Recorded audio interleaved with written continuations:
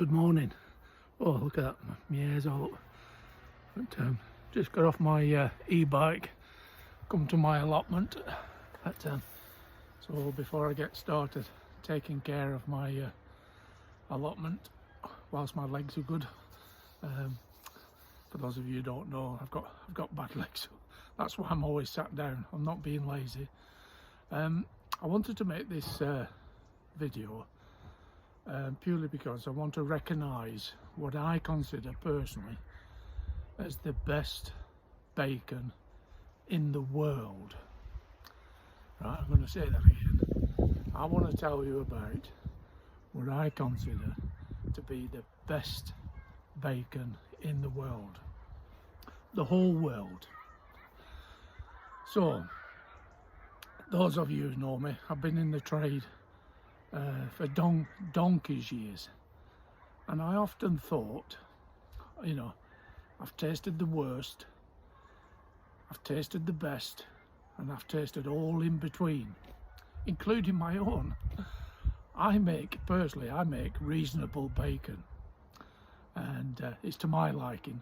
I change it around sometimes, make different variations, but I keep going back to it, and I believe my bacon is a good bacon. However, I've tasted some bloody excellent bacon around the world, in particular from UK. There's some real crackers in UK. So I thought I tasted it all in my career. All right, never imagined for 1 second I was ever going to taste something that exceeded everything else that I'd tasted. For those of you who know me, I'm the founder member behind the Great Global Meat Awards. We used to, it's been renamed. We used to be called the Great Charcuterie Awards, and but we've broadened our horizons, and we're now called the Great Global Meat Awards. So we encompass fresh meat, raw meat, and charcuterie. Anyway, enough about that. But that was the reason why I came across a certain bacon, and of all places, it was in Sri Lanka. I know, who would have thought the best bacon in the world was gonna come from Sri Lanka, was going to be made in Sri Lanka? I was the last person on earth to imagine that. Anyway, whilst we was young, as an award scheme, well, it was called, the Charcuterie Awards, the Great Charcuterie Awards. I got an application to judge some products in Sri Lanka, which included their bacon and or a spec variety of bacon. Okay, so and it was smoked, and it was a company who it's formed by two brothers, and they one works in aviation, and the other is a banker, is in the banking world, and between them, they, with their enthusiasm and interest, they decided to form their own small business, which I'll tell you right now, it's called The Small Cut.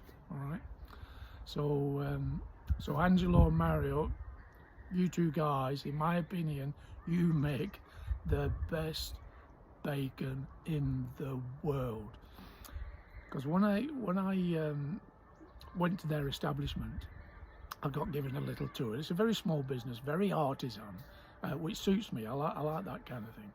These guys were very open, very honest, and said they had no idea what they were doing, and it's only by accident they've made some products that they felt were pretty good.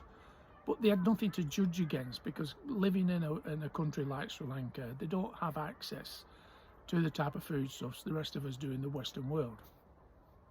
So they just made what they thought was the best in their opinion. But bloody hell, by accident or not, cracky, this bloody spec, this bacon they made, I sampled it, and I was stood up and I sampled it. It was I remember it being on a chopping board on top of a freezer, and chest freezer, and I went and sat down, and I just thought, oh, this is pleasant, and then bang, the flavours and texture, and oh my God, I tell you, you know, why I got so excited over it. You know, well, it was just what it was, and I kept getting up out of this chair, kept going to this cutting board and taking more slices, and I just couldn't help myself. And I remember they had a Japanese sashimi knife like to cut it, and what a great blade that was too, like for just the right kind of knife like to cut that style of bacon. So it sliced really easily, and I just kept taking it down. Anyway, these guys make their bacon. They're all about smoking, hence their business name, the Smoke Hut. And they're all about smoking. So, and they smoke using cinnamon wood. So, like the tree where we get the bark and make cinnamon as a spice, and they're actually using the wood to do the smoking. But of course, you don't get cinnamon wood anywhere else in the world, do you? You know, certainly not in UK and things. So I thought, bloody hell, cracker, that's making a difference. And of course, there's other contributing factors as well. Sri Lanka is not well known for producing pork, but saying that, there are a few pork breeders and producers, but there's quite a few small pig producers. So a lot of the pork that reaches market is from small producers. You know, people have probably got less than 6 pigs, but this pork gets to reach market, and which is really good. And this is good. And this is where these guys, found their pork just by going to their local butcher. So anyway, they took this pork. Now, what you got to remember is, like a lot of meat, you get out what you put in. So the better the feed stuff you give, you give your livestock, the better the results are going to be when you produce it into meat. I mean, years ago we ended up I'm talking UK now, we ended up feeding pigs like fish meal, and it ended up nearly every bloody piece of pork you had like tasted of fish. So anyway, to move away from that, the more variation you put in, the better the quality of the pork. And I always feel the days when we're allowed to use pig swill, that you used to see the swill men going around collecting swill in dustbins, going around to schools and things to feed the pigs. I always felt it in that era, the pig, pork tasted it at its best because of the variation of food that the pigs got to eat. But anyway, those days are gone now, sadly. But so anyway, but going back to Sri Lanka, the reason I mentioned it is in Sri Lanka, the pigs have access to exotic fruits and other crops that are not naturally grown in the Western world, but they are familiar and so forth in Sri Lanka. So the pigs get to eat all this. So I think it all compiled together, and then it was like, the best part was finish it off with a smoke from this cinnamon wood, and this tasting experience I had, it blew me away, and I've visited these guys a few times, and we've become good friends as it happens. So it's just today I'm still amazed, and I was thinking of them today, and I thought, oh, I've got to make a video and share this. So we were able, through the award scheme that we started, that we were able to award them some certificates, because there was quite a few products they put in, and majority of them got gold, which is not surprising given what they were smoking the products with, So yeah, and then they got